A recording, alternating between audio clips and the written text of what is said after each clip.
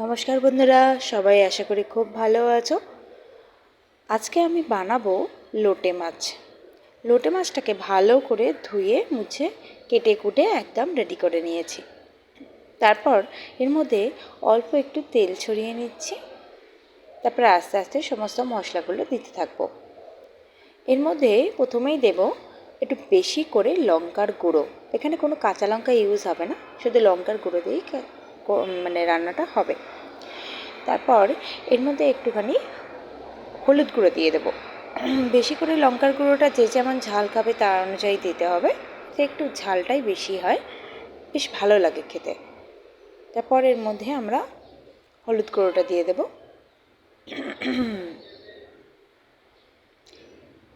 তারপর এর মধ্যে অনেকগুলো টুকরো করা পেঁয়াজ দিয়ে দেবো। পেঁয়াজটা একটু বেশি করে দেবো। আমি এখানে 4 কোয়া পেঁয়াজ দিয়েছি। আমার এতে পেঁয়াজটা একটু বেশি করেই বেশ ভালো লাগে। তারপর এর মধ্যে টুকরো করা একটু টমেটো দিয়ে দেবো। তারপর একটা কড়াই নিয়ে কড়াইটাকে ভালো করে গরম হতে দেব। তারপর এর মধ্যে আমি বেশি করে তেল দেব। অল্প করে তেল দিলে কিন্তু তলায় লেগে যাওয়ার একটা সম্ভাবনা থাকে, তাই একটু বেশি করে প্রথমেই একদম বেশি করে তেলটা দিয়ে দেব।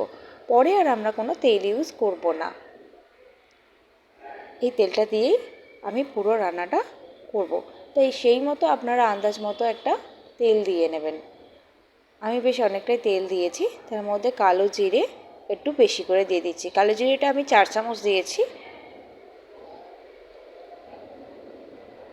কালো জিরে থেকে একটু বেশি সুগন্ধটা বেরোতে থাকলে মানে গরম হয়ে গিয়ে তার মধ্যে একটু রসুন দিয়ে দিচ্ছি। রসুনটার পরিমাণও কিন্তু অনেকটা বেশি হবে। এখানে কোনো আদা ইউজ করা হবে না। রসুনটা প্রায় আমি 3 কোয়া মতো দিয়েছি।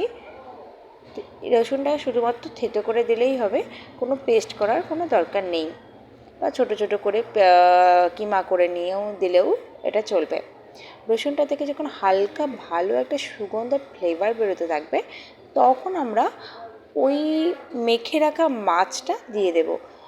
মেখে রেখেছিলাম, আমি বলে দিই আর একবার, লঙ্কার গুঁড়ো, হলুদ গুঁড়ো, টমেটো আর পেঁয়াজ।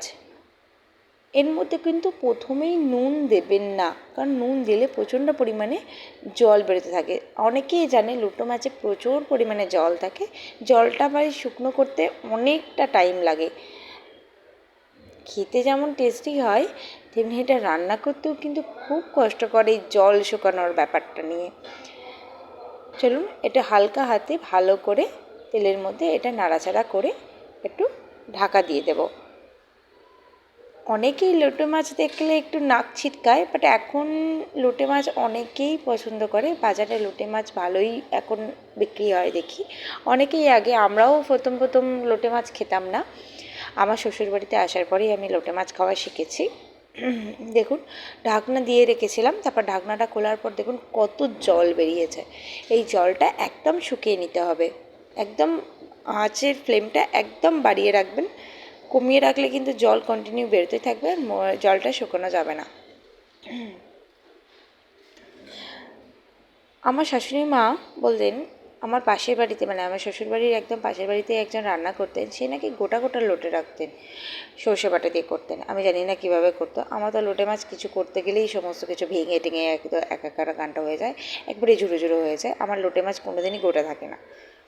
দেখুন আস্তে আস্তে জলটা শুকোতে শুরু করেছে। টমেটোগুলো প্রায় গলে গেছে, পেঁয়াজগুলো প্রায় হাফ কুক হয়ে গেছে। এই মশলাটা একটা সুন্দর কালার চলে এসেছে। বারবার ধরে নাড়াচাড়া করতে থাকবেন, কারণ তলাটা নইলে ধরে যাওয়ার একটা চান্স থাকে, কারণ এটা জলটা যত শুকাতে থাকে তলাটা একটু ধরে যাওয়ার চান্সটা বেশি থাকে। তো ওই জন্য বারে বারে নাড়াচাড়া করতে থাকবেন। দেখবেন আস্তে আস্তে জলটা শুকিয়ে যাচ্ছে, দেখতে পাচ্ছেন। একদম যখন ঝুড়ো ঝুড়ো হয়ে যাবে তখন নামাতে হবে।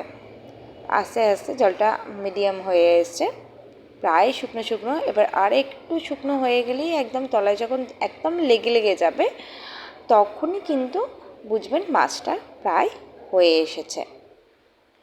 দেখুন অনেকটা কাদা কাদা হয়ে গেছে, জলটা প্রায় শুকিয়ে গেছে। এই যে দেখুন একদম শুকনো হয়ে গেছে, একদম তলায় লেগে লেগে যাচ্ছে, কড়াটা চারিদিকটা একটু লেগে লেগে যাচ্ছে। চলুন এবার নামিয়ে ফেলি। আর আজকের ভিডিওটাও শেষ করি। সবাই একটু লাইক শেয়ার আর সাবস্ক্রাইব করে দিও।